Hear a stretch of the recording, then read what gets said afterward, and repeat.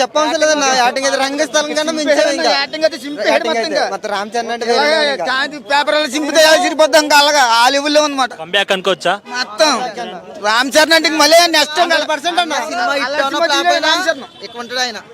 ఇది మాత్రం పక్క. సినిమా ఇప్పుడు మన వాళ్ళు ఉన్నారు తప్పు చేస్తాం సినిమాస్తాం కదా, ఏదో చిన్న తప్పు అనుకోండి. అలాగే రామ్ చరణ్ ఒక సినిమా 2 సినిమా అనిపోవాలి.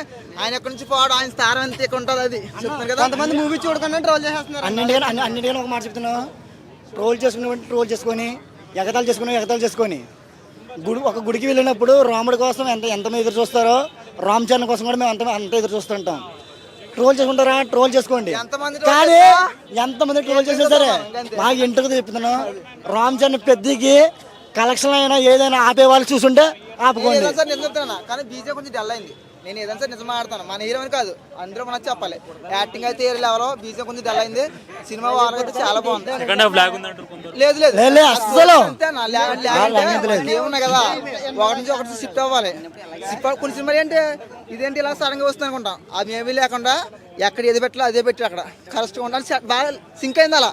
కొన్ని సినిమాలు పెట్టినా కానీ ఇదేంటో ఎందుకు పెట్టారా తలకబడి అనిపిస్తుంది. కానీ అలా ఎక్కువ చాలా వరకు మూవీస్ లో ఎక్కువ కోరుకునేది సాంగ్స్ కానీ రొమాన్స్ కోరుకుంటారు తప్ప జెన్యున్ గా చెప్పాలంటే ఇంత హార్డ్ వర్క్ చేసి ఒక మూవీని బయటికి తీసుకొచ్చిన చెప్పుకోవాలంటే బుచ్చిబాబు ఉన్నారు చూడు, ఆయనకి మరో నమస్కారం పెట్టుకొని చరణ్ అన్నకి ఎంత బిగ్గెస్ట్ మూవీ ఇవ్వడం అంటే తను ఎంత కల్చరల్గా ఆలోచన తీయడంటే అంత కండిషన్గా తీసాము. ఇది చరణ్కి ఇది మరొక బిగ్గెస్ట్. ఒక రంగస్థలం 666 మగధీర అప్పుడు ఒక ఇండస్ట్రీని ఎలా షేక్ చేసిందో ఈ పెద్ద అనేది కూడా అంతే ఇండస్ట్రీని షేక్ చేస్తుంది. ఎందుకంటే 100 రూపాయలు 10 రూపాయలు పెట్టినప్పుడే 100 కోట్లు కొలగొట్టిన సినిమా ఇది. ఎవడో ట్రోలింగ్ చేసే సినిమా అయినా సరే 1000 కోట్ల కలెక్షన్ కోత చెప్పుకోవచ్చు.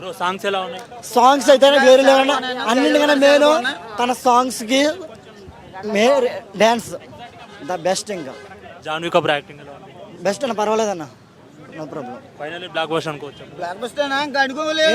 మాట్లాడుతున్నాను బ్లాక్ బస్టర్ అయితే కాదు ఇండస్ట్రీ హిట్. ఆయన ప్రేమతోడు కాదు కసితోడు చేసిన సినిమా. బ్లాక్ బస్టర్ అనుకోవచ్చా? ఏదైనా అనుకోవచ్చు, నేను పేరు పెట్టను. అంతా ఏం లేదు, రామ్ చరణ్ గారి కంటే బుచ్చిబాబు గారికి నేనేం చేసినంటే బుచ్చిబాబు బుచ్చిపిక్దామని వచ్చిన ట్రైలర్ చూస్తే ఆయన గుద్దపాల కొట్టాల సరిగా చేయలేదు. ట్రైలర్ సినిమా బాగుంది. ఏం నచ్చింది మూవీలో? ఏ కులంలో పుడుతుంది, ఏ మతంలో పుడుతుంది, ఏ ప్రాంతంలో పుడుతుంది, నువ్వు గల్లీలో ఉండి కిల్లీలు నలవడం కాదురా నాయన. నీకు ఆట వస్తే ఆట, పాట వస్తే పాట, క్రికెట్ వస్తే క్రికెట్, కరాటే వస్తే కరాటే, కబడ్డీ వస్తే కబడ్డీ.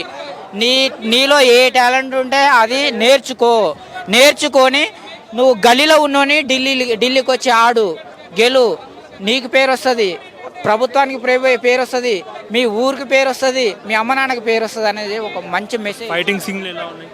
అన్నీ బాగున్నాయి. కంబ్యాక్ అనుకోవచ్చా రామ్ చరణ్? అనుకోవచ్చు. జాన్వీ కపూర్ యాక్టింగ్ ఎలా ఉంది? సూపర్ ఉంది, అందుకనే తాళి తీసుకొచ్చాను కడదామని చెప్పేసి. ఎందుకంటే రామ్ చరణ్కి ఆల్రెడీ పెళ్ళి అయిపోయింది కదా, మరి ఖాళీగా ఉంటే ఇలా ఓలో ఒకళ్ళు బుక్ చేసుకోవాలి కదా. ఫైనల్లీ మూవీకి ఎంత రేటింగ్ ఇవ్వచ్చు? ఎంత అయినా ఇవ్వచ్చాను, నేను రేటింగ్ చెప్పను. చూడవచ్చా మూవీ?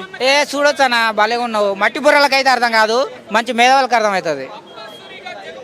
మట్టి బుర్రలు అంటే గల్లీలో ఉండి కిలీలు నవ్వుకుంటా అది బాగుంది ఇది బాగుంది అని కూడా చూసుకుంటుంటారు చూడు. అది బాగుంది ఇది బాగుంది అని చూసే బదులు ఆ ఆట బాగుంది ఈ ఆట బాగుంది అని చూస్తే బాగుపడతారు. నేను ప్లాట్ రివీల్ చేసినట్లు అవుతుంది చూడండి, చాలా ఎమోషనల్గా ఉంది movie. It's worth watching. Songs ఎలా ఉన్నాయి? సాంగ్స్ చాలా బాగున్నాయి. ఇట్స్ ఆల్ గుడ్ అన్నీ బాగున్నాయి. ఒక మంచి పెద్ద సినిమా కావాల్సిన అన్నీ ఉన్నాయి, వెళ్ళి హ్యాపీగా చూడొచ్చు. I like the movie bro, I like it. Thank you.